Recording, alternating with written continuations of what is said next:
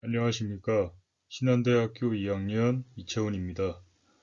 신종우 교수님이 제공하고 있는 2020년 1학기 중간고사 총이치 기공학 수지의치 제작 과정에 대해서 설명해 보도록 하겠습니다.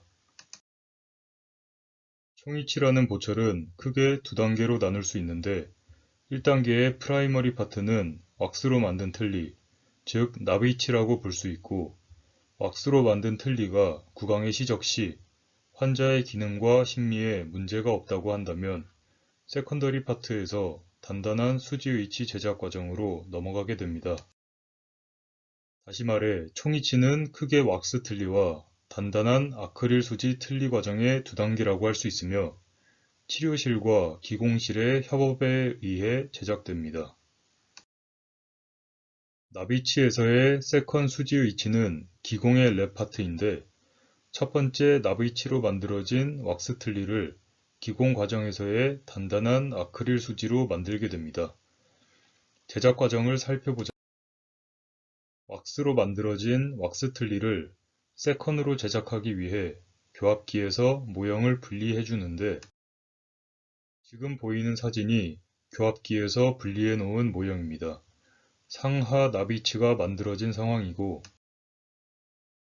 다음에 메몰을 진행하는데 메몰 시 이용되는 플라스크를 메몰 모형에 위치시켜 메몰 과정에서의 문제가 있는지 사전 점검을 진행해주고 문제가 없다면 메몰을 진행하게 됩니다.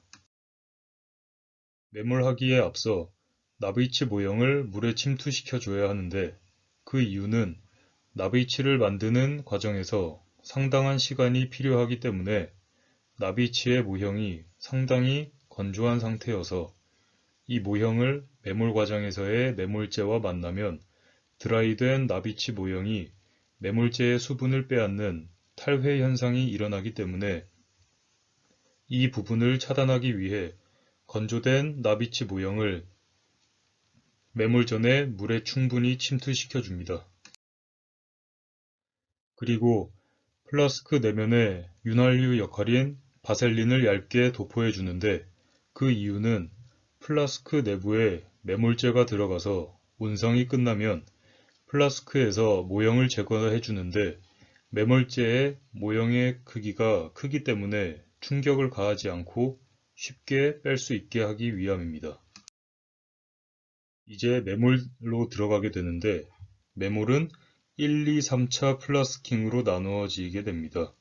1단계는 플라스크 내부에 적당량의 묽은 석고를 넣어준 후 손에 들고 있는 나비치를 플라스크의 센터에 위치시키고 눌러주면 과잉의 석고가 바깥으로 넘치게 되는데 이때 스파츌라를 이용해 제거해주고 석고에 언더컷이 없도록 표면을 깨끗하게 마무리하는 과정이 1차 플라스킹입니다.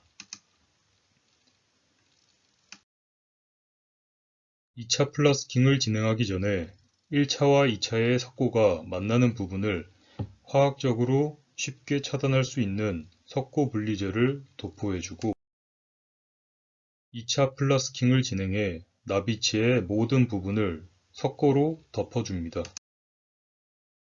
그림에서 보시다시피 나비치에 석고를 다 채운 후에 손가락을 이용해 교합면과 절단면 부분을 닦아주어 노출시켜줍니다. 노출시켜주고 3차 매몰을 진행해 주는데 매몰 전에 석고 분리제를 도포해주고 경석고를 채운 후 뚜껑을 닫아서 넘치게 해주고 클램프에 완전히 조여서 경화될 때까지 기다려준 후 경석고가 경화되면 그 다음 작업으로 왁스 제거를 해주는데 왼쪽 그림에서 볼 수 있듯이 이미 매몰된 플라스크는 화학적으로 분리가 되어 있다 하더라도 쉽게 하함과 상함을 분리할 수 없습니다. 그렇기에 매몰된 플라스크를 뜨거운 물 속에 집어넣거나 스팀으로 인한 열의 전달을 이용해 내부에 들어있는 왁스를 연화시켜 쉽게 상함과 하함을 분리하는 과정을 거쳐 끓는 물로 왁스 워시를 해줍니다. 왁스가 제거되면 왁스 제거 과정에서의 끓는 물의 온도에 의해서 플라스크가 굉장히 뜨겁기 때문에 뜨거운 상태에서 분리제를 도포하는 것이 아닌 손으로 만졌을 때 따뜻한 상태에서 인공 치아를 제외한 모든 부분에 레진 분리제를 도포해 줍니다. 분리제를 도포해 준 후 리퀴드와 파우더를 매뉴얼에 맞게 혼합하고 믹싱한 후 인절미 상태에서 음영체 부분에 레진을 넣어줍니다. 이때 레진을 집어넣는 방법을 오버패킹이라고 하는데 레진을 과잉으로 넣어주어 압력에 의해 미세한 부분까지 침투시켜 줍니다. 그 후 상함과 하함 사이에 차단막 역할인 셀로판지를 넣어 조립해주고 시압이라고 하는 프레스에 위치시켜 1차에는 50파운드, 2차에는 70파운드, 3차에는 100파운드로 점차 압력을 높여주어 음영체의 모든 부분을 완벽하게 재현해줍니다. 이렇게 해서 더 이상 과인의 레진이 빠져나오지 않는다면 상함과 하함 사이에 있던 셀로판지를 빼내고 다시 닫아준 후 3차 시압으로 압력을 주었던 대로 클램프에 위치시켜 조여줍니다. 이제 중압의 온성 과정을 거치는데 제조회사에서 원하는 물의 온도와 끓는 시간을 지켜주고 과정이 끝나면 냉각시킨 후 플라스크에서의 매몰제 모형을 제거해 줍니다. 매몰제 모형을 제외한 나머지 매몰제를 깨끗이 제거해 주고 나브이치가 수지 의치로 바뀐 것을 오른쪽 사진을 통해 알 수 있습니다. 작업 모형이 결합되어 있는 상태에서 재부착을 진행해 주는데 그 이유는 왁스에서의 교합의 형태대로 수지 의치 제작 과정이 이어져야 되는데 수지 의치 제작 과정에서 교합의 허용 오차가 0.5에서 1mm 정도 차이가 나는데 이는 교합이 그만큼 높아진다는 뜻입니다.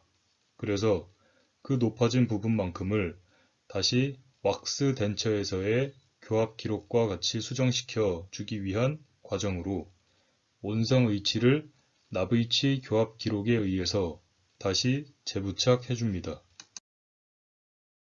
의치상 교합에 교합지를 넣고 중심 교합, 전방 교합, 작업 교합에서의 조기 접촉되는 부분을 기능 교두가 아닌 비기능 교두의 조기 접촉점으로 나비치에서의 교합대로 찾아주는 과정인 선택 삭제를 해줍니다. 선택 삭제가 끝나면 다듬질을 하기 위해 의치상에서 모형을 제거해주고 연마기구를 이용해 다듬질과 더 부드럽게 환자 점막에 점착시켜주고 심리적으로 덴처가 깨끗하게 보이기 위한 다듬질과 연마 과정을 거쳐서 왁스 덴처가 수지 의치로 예쁘고 단단하게 만들어진 것을 그림을 통해 알 수 있습니다.